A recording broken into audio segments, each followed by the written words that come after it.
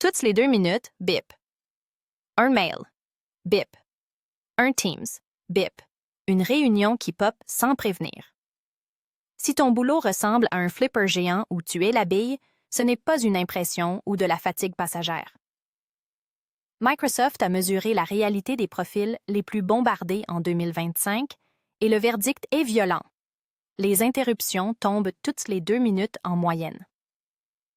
On est en plein dans ce que les chercheurs appellent l'Infinite Workday, une journée de travail qui ne finit jamais parce qu'elle est hachée menu dès le réveil. En vrai, les chiffres donnent le tournis. On parle de 117 emails et 153 messages Teams par jour. Le pire, c'est que le carnage commence avant même que tu aies posé une fesse sur ta chaise de bureau. À 6 heures du matin, 40% des gens sont déjà en train de trier leurs mails pour essayer de prioriser une journée qui va de toute façon exploser en plein vol. On ne travaille plus, on gère des flux de ping en continu en espérant que ça compte comme de la productivité.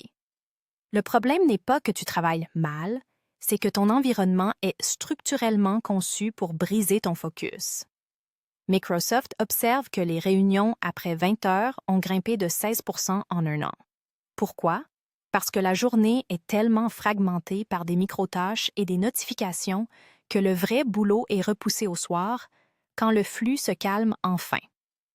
On a créé un système où être réactif est devenu synonyme d'être professionnel, alors que c'est juste transformer son cerveau en routeur réseau.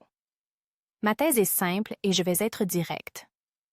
Ton cerveau n'est pas une machine à switcher et chaque interruption te coûte plus cher que tu ne le penses. Tant que tu n'arrêtes pas de traiter ton attention comme une ressource illimitée, tu resteras un exécutant stressé qui court après sa propre queue. Il faut arrêter de croire qu'on peut compenser le désordre par de la vitesse. Pour comprendre pourquoi tu finis tes journées rincées sans avoir avancé sur tes dossiers de fond, il faut regarder 2 mécanismes documentés. Le premier, c'est le switching cost ou coût de bascule. Une étude de l'APA en 2001 montre que changer de tâche demande un effort de contrôle exécutif qui génère des erreurs et bouffe du temps. Le deuxième, c'est le résidu attentionnel.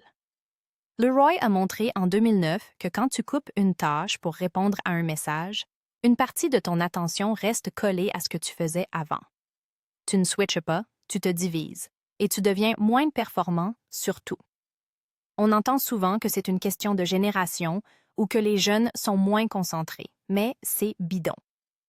Les données de Microsoft portent sur des millions d'utilisateurs de tous âges. C'est l'outil qui dicte le comportement.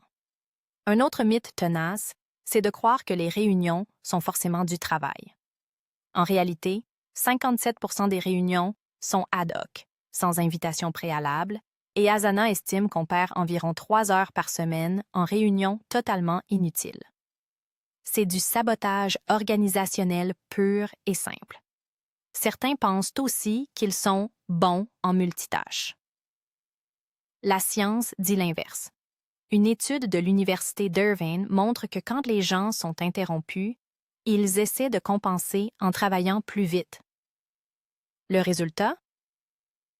Ils terminent peut-être la tâche, mais avec un niveau de stress, de frustration et de pression temporelle bien plus élevé.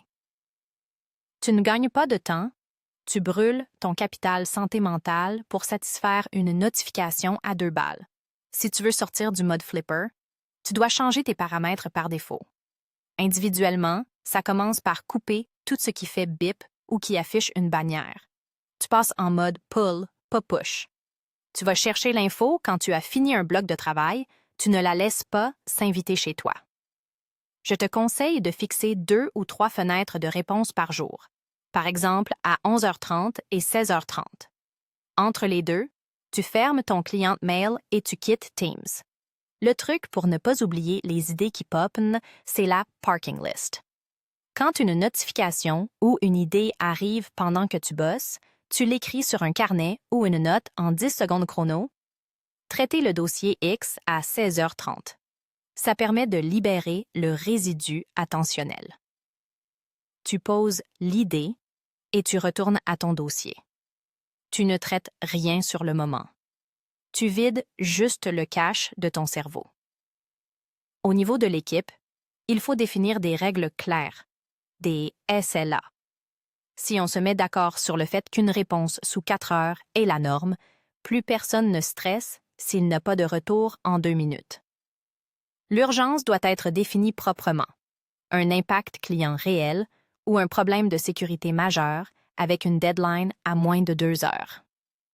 Si ça ne rentre pas dans la case, ça attend le prochain créneau de réponse.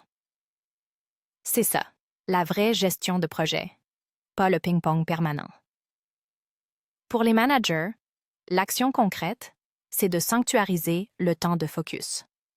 Tu bloques 2 matinées par semaine sans aucune réunion pour toute l'équipe. Pas d'ordre du jour, pas de réunion. Et si une réunion est maintenue, on applique la règle de l'agenda. Pas d'agenda, pas de présence. On privilégie les formats de 25 ou 50 minutes pour laisser aux gens le temps de respirer entre 2 sessions au lieu d'enchaîner les tunnels de 60 minutes qui débordent systématiquement. Je te propose un test sur 7 jours. On arrête de débattre et on mesure 2 indicateurs simples. Le premier, c'est tes blocs de travail finis. Un bloc, c'est 45 à 90 minutes de focus total qui se termine par un résultat concret. Un texte écrit, un ticket clos, une slide terminée. Le deuxième, c'est tes interruptions auto-infligées. Combien de fois tu as ouvert tes mails ou ton téléphone par pur réflexe alors que tu n'avais pas de fenêtre prévue? L'objectif est d'augmenter tes blocs finis de 30%.